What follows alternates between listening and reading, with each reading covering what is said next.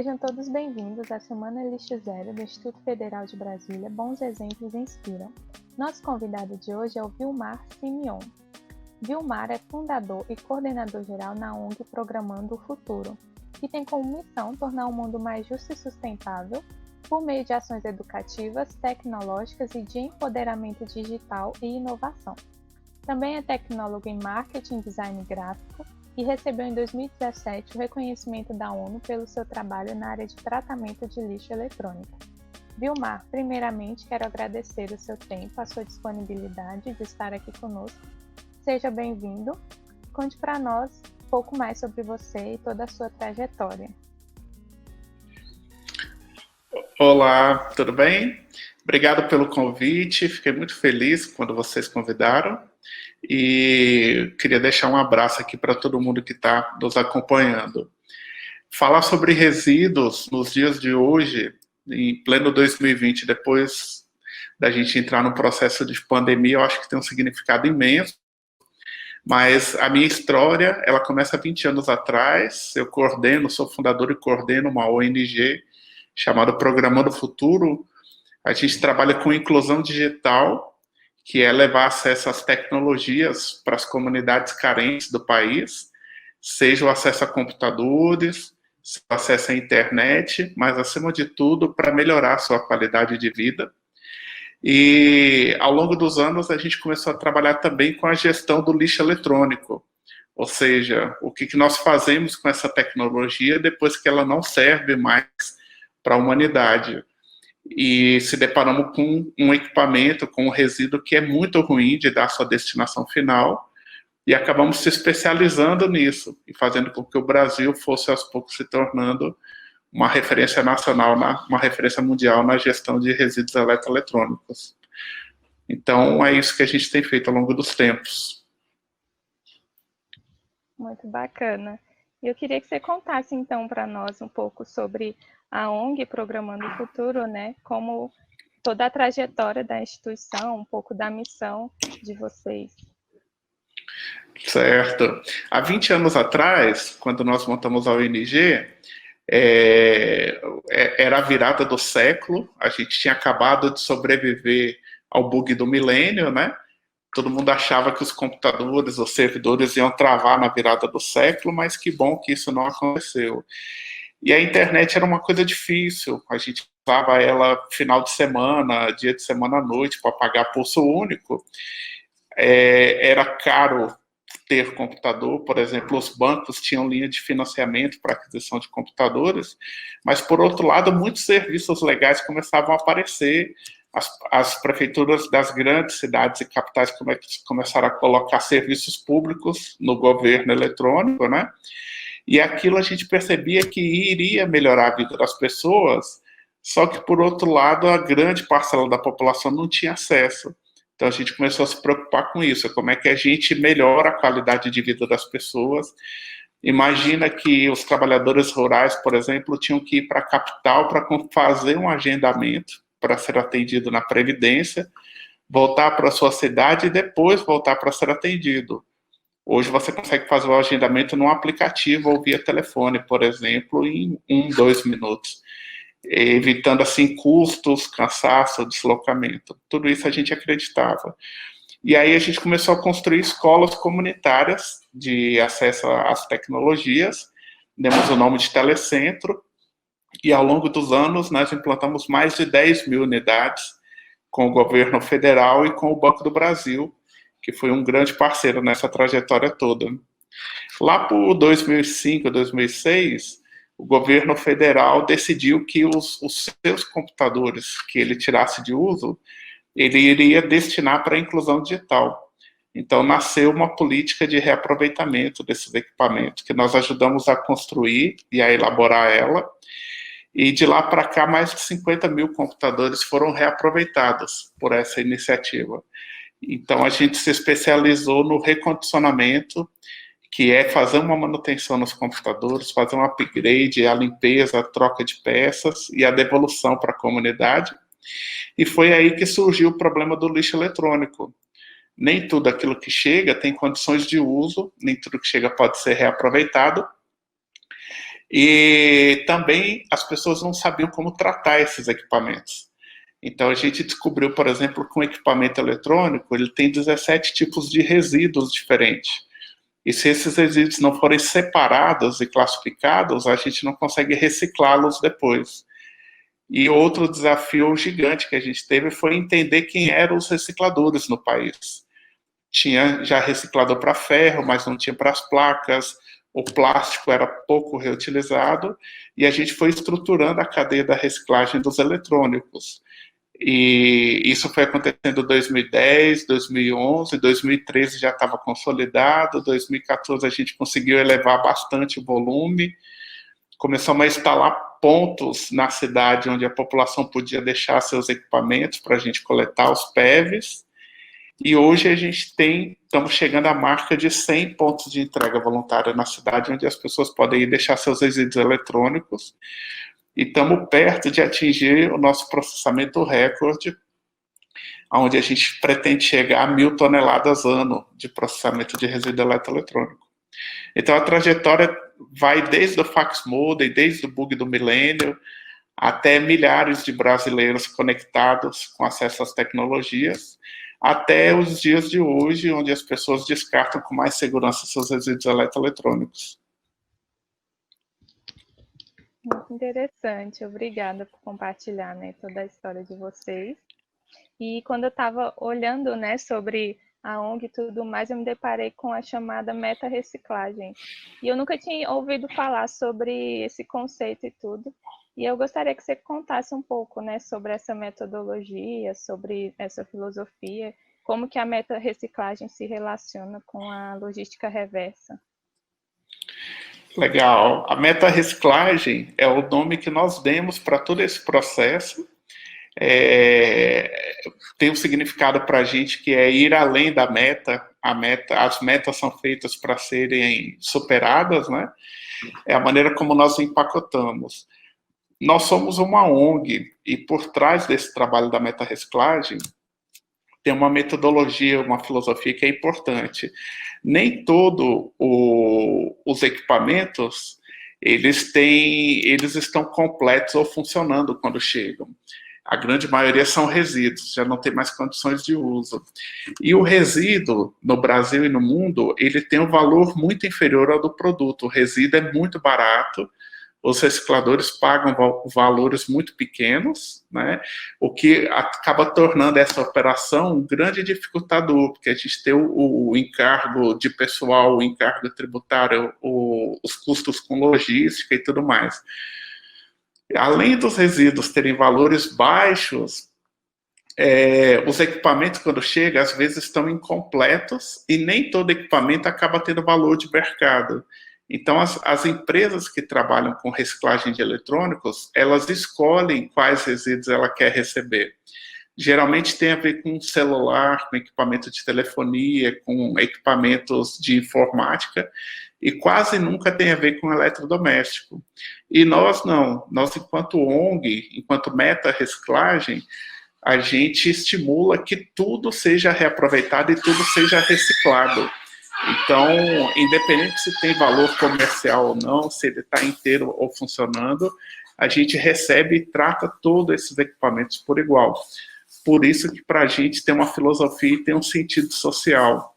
A gente viveu, por exemplo, há 4 anos atrás, a gente viveu uma revolução silenciosa, que foi a migração de sinal de TV analógico para digital. Vocês que estão em casa agora assistindo a gente, vocês vão lembrar da migração de sinal de TV analógico somente como uma TV que agora exibe sinal de TV em Full HD, com qualidade melhor, dá para ver melhor o rosto das pessoas e tudo, e que o sinal está um pouco mais fraco, infelizmente ele é mais fraco. Mas as pessoas não têm noção que o maior descarte de lixo eletrônico que a população já fez foi na migração. Nós mesmo aqui coletamos quase 100 mil televisores ao longo de 2 anos. E um volume muito maior que esse foi descartado. E TV tem um valor baixíssimo de resíduos. E mesmo assim nós fizemos todo o processamento. Então, meta-reciclagem tem a ver com isso. Tem uma filosofia e tem um significado social muito grande para a gente. Você comentou, né, sobre essa diversidade de materiais presentes nos resíduos eletrônicos. Às vezes a gente acaba associando muito resíduos eletrônicos só a celulares e tudo mais, né? Mas engloba vários outros produtos. E aí eu gostaria que você falasse para nós, então, quais seriam esses outros tipos de resíduos que vocês recebem aí, como é feita essa reciclagem desses produtos eletrônicos, né? E explicar para a gente também por que vale a pena investir nessa reciclagem de resíduos. Então, você fez uma pergunta agora que é legal. As pessoas perguntam assim, o que é de onde saem os equipamentos eletrônicos e o que acontece com eles. Então, para a gente entender o que é o lixo eletrônico, ele basicamente são todos os equipamentos que passam energia ou que passam dados. Então, por exemplo, o computador passa energia e passa dados, né? Mas o chuveiro elétrico passa energia, a geladeira passa energia, a maquininha de chapinha passa energia, o pendrive passa dados, o CD, a mídia de CD e DVD passa dados, o fone de ouvido passa energia e passa dados. Então, é assim que a gente classifica. Quando a gente começou a trabalhar com lixo eletrônico, a gente tentava entender o que acontecia com isso depois. E foi aí que nasceu a nossa maior expertise, que é a gestão do lixo eletrônico. Independente do produto, se é uma cadeira de dentista, se é um tacógrafo de caminhão, se é um chuveiro elétrico, quando a gente traz para cá e esse material é desmanchado, ele gera 17 tipos de resíduo diferente. E esse resíduo acaba sendo igual, independente do equipamento. Então, se você traz uma geladeira, ou se você traz uma máquina de lavar, ou um notebook, de dentro dela você vai tirar plástico, você vai tirar ferro, você vai tirar alumínio, cobre encapado, vidro, borracha e a placa controladora, que é quem faz o sistema todo funcionar. Então, isso foi super legal, porque independente do que chega para a gente classifica 17 resíduos diferentes e depois esses resíduos vão para a indústria. Então, por exemplo, o ferro, independente se veio de uma geladeira, se veio de um micro-ondas, se veio de uma impressora, depois ele vai virar um vergalhão de ferro e ele vai ser utilizado pela indústria da construção civil. O plástico, se ele era uma tampa de TV ou se ele era uma carcaça de scanner, ele vai virar a frente de um ar-condicionado, vai virar uma impressora nova, as mídias de CD e DVD, ela vai virar o farol de carro ou um painel de carro. Então, a gente dá um significado novo para todos esses resíduos. Independente do que chegue, inteiro ou quebrado, funcionando ou não, a gente classifica 17 resíduos diferentes. Isso é muito interessante. E eu, particularmente, agora, nesse período de quarentena, de isolamento, acredito que outras famílias tenham tido um processo de limpeza e de desapego, assim, dentro de casa. Aqui mesmo, meu pai desapegou de impressora, home theater, tenho ali um tablet antigo meu. Agora eu já sei para onde que eu vou dar a destinação correta. Legal. E eu queria saber, então, quais os maiores desafios que vocês encontram de estar atuando nessa área de reciclagem de eletrônicos? O maior desafio que nós encontramos para a reciclagem dos eletrônicos, primeiro, é a população saber que ela gera lixo eletrônico e que ela precisa dar o destino correto. Isso nós chamamos de educação ambiental. Talvez o trabalho maior que nós fazemos é educar a população para que ela entenda que ela gera e que ela precisa dar o destino correto. Então, o maior desafio é a educação ambiental. O segundo maior desafio é a logística. Então, eu sempre falo para as pessoas assim, quando você vai comprar a sua televisão, ela é um evento na sua vida. Você vai comprar a TV no fim de semana, você vai no shopping, você sai de carro com a família, você almoça fora, compra a TV, leva para casa, instala ela estreia a TV assistindo Netflix, pede pizza para comer, para estrear a TV. O dia que a TV não funciona mais, as pessoas querem que a gente vá na casa dela buscar a TV. A gente não tem responsabilidade sobre isso. Segundo a lei, a responsabilidade é do fabricante, é do varejista, mas acima de tudo é do consumidor, é da pessoa que comprou. Essa pessoa tem obrigação. Então, o nosso segundo maior desafio é a logística, é fazer com que, de uma maneira mais fácil e menos onerosa, aquela TV, aquele notebook, aquele tablet chegue até a nossa operação. Para isso, nós colocamos pontos de entrega voluntária na cidade, são as caixas que as pessoas podem ir descartar o equipamento, e a gente passa regularmente trazendo esses resíduos para cá. De 2 meses para cá, nós começamos a fazer também os drive-thrus, por conta da pandemia. O drive-thru é uma ação itinerante, a população vai lá, deixa o lixo eletrônico e a gente traz para fazer a reciclagem.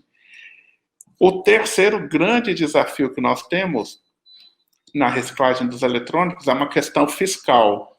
Quando você compra o computador, ou o seu forno, ou o micro-ondas e tudo, você paga o IPI, que é o Imposto sobre Produção, e depois o varejista paga o ICMS, que é o de circulação de mercadoria. Quando ele não funciona mais, que vocês mandam para a gente reciclar, ele chega aqui, já foram pagos 2 impostos. E aí, quando a gente desmancha todo o equipamento e manda para a reciclagem, a gente precisa de novo pagar imposto para esse material poder circular. Então, existe uma bitributação que ela não faz sentido. E o governo brasileiro precisa avançar nisso, precisa acabar com essa bitributação. E o desenho do sonho é que a gente tenha um estímulo também daqui para frente, que o governo tenha alguma linha de estímulo ou de dedução fiscal para essa atividade que é realizada por nós e por centenas de cooperativas Brasil afora. E quais são as metas para o futuro? Vocês pretendem levar esse projeto para outros novos lugares? Quando a gente fala em metas, tem 2 coisas que são desafiadoras. Uma é o nosso nome, Programando o Futuro. A gente sempre está programando o futuro, literalmente. E o segundo é o nome do projeto, que é Meta Reciclagem, né? Que é a gente extrapolar a meta, é como a gente entende. Então, é uma coisa que a gente faz bem. Hoje a gente vive o cenário mais positivo possível para essa questão. O governo colocou em prática a política de resíduos sólidos, a gente tem um acordo setorial para fazer a logística reversa, e nós temos os governos estaduais cada vez mais conscientes. Até o início do ano passado, nós tínhamos 40 pontos de entrega voluntária. Esse ano nós chegamos a 100, ou seja, incorporamos mais 60. Para o ano que vem, a gente quer chegar a 200 PEVs. A gente quer que Brasília seja a cidade com o maior número de PEVs no mundo para descarte de lixo eletrônico. Estamos trabalhando para isso. Queremos chegar a 200 PEVs, queremos chegar a 1.000 toneladas de lixo eletrônico processada por ano. Só para vocês terem noção, há 2 anos atrás a gente processava 250 toneladas. Esse ano a gente deve fechar com aproximadamente 700 toneladas processadas, mas queremos passar disso. E também temos um plano de expansão, a qual nós queremos implantar no início do ano que vem mais 2 unidades, uma em Goiânia, outra em Cuiabá, Mato Grosso, e também queremos potencializar outros parceiros que fazem trabalhos parecidos com o nosso. Então, de maneira bem clara, essas nossas metas de futuro. Então, e onde podemos descartar o nosso lixo eletrônico? Essa pergunta é boa, porque as pessoas sempre querem participar, e depois de ouvir toda a nossa fala aqui, a primeira pergunta que elas fazem é exatamente essa: onde que eu deixo meu lixo eletrônico, né? Aqui em Brasília, os nossos 100 PEVs, eles estão disponíveis no nosso site, a gente está atualizando cotidianamente, e as pessoas podem entrar e procurar, que é o site doeseucomputador.org.br. E nos outros estados, as secretarias estaduais de meio ambiente é que regulam a implantação dos PEVs. Existe a Green Electron, que é uma gerenciadora de resíduos, e ela está fazendo esse trabalho a nível Brasil. Se vocês entrarem no site www.greenelectron.org.br, lá tem a relação dos PEVs nos estados, que as pessoas podem ir descartar corretamente seus equipamentos. Nesse site do Seu Computador, a gente também tem um vídeo que vocês podem entrar e assistir para ver o que acontece com o resíduo depois que ele chega aqui na nossa unidade. Tudo começa quando alguém, seja governo, setor privado ou pessoa física, precisa descartar seus computadores antigos ou que não funcionam mais. Ao invés de ir para o lixo e prejudicar o meio ambiente, eles podem ser doados aos CRCs. CRC significa Centro de Recondicionamento de Computadores. É um programa do governo federal que promove a formação e capacitação de jovens por meio de oficinas e cursos em parceria com organizações públicas e da sociedade, recuperando computadores e contribuindo para a inclusão digital da população através da doação desses computadores.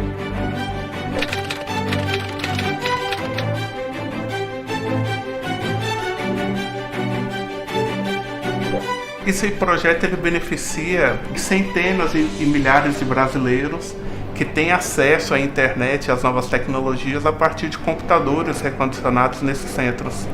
Esses equipamentos são recondicionados e depois são doados para programas de inclusão digital, como bibliotecas, como telecentros, como escolas públicas. Todo o processo de recondicionamento ele é feito por alunos da comunidade que estão dentro de um processo de capacitação profissionalizante. Hoje são vários centros de recondicionamento de computadores que estão espalhados pelo território nacional. Mais de 10.530 alunos formados nas diversas áreas, 167 toneladas descartadas corretamente e 26.780 equipamentos recondicionados desde o início do projeto. Foi um prazer nessa conversa com você hoje, ouvir sobre a sua experiência, sobre o seu trabalho. Com certeza tem um impacto positivo muito importante do ponto de vista ambiental e social. Agradeço pela sua disponibilidade por estar aqui conosco e parabenizo por todo o seu trabalho. Gostaria de saber se você tem alguma mensagem final para quem está nos assistindo, talvez uma síntese de tudo que a gente abordou aqui para inspirar, incentivar o pessoal sobre essa consciência, né, de buscar ser mais sustentável, essa consciência lixo zero e tudo mais. Bom, eu que agradeço a participação. Eu sou muito fã do trabalho do Lixo Zero, gosto muito. E, na medida do possível, a gente tem tentado estreitar a parceria e tem rendido bons frutos. A gente entrou 2020 em uma pandemia que ninguém esperava e a gente não sabe como é que a gente vai sair daqui. Talvez o pedido de Natal da maior parte da população do mundo seja uma vacina, assim como eu estou pedindo, mas a gente não sabe como é que a gente vai deixar o mundo para as próximas gerações. Tudo que a gente consome vem da natureza, seja os alimentos, seja a bebida, seja os produtos industrializados, tudo sai de algum lugar, não existe mágica. E tudo que tem na Terra é finito. Então, quando a gente vê desastres ambientais como a represa de Mariana que estourou, aquilo é extração desenfreada do ferro, do aço, do cobre. A gente precisa reciclar cada vez mais. Se a gente não recicla, tem dois erros grandiosos. Primeiro, a gente está enterrando matéria-prima, a gente está enterrando dinheiro.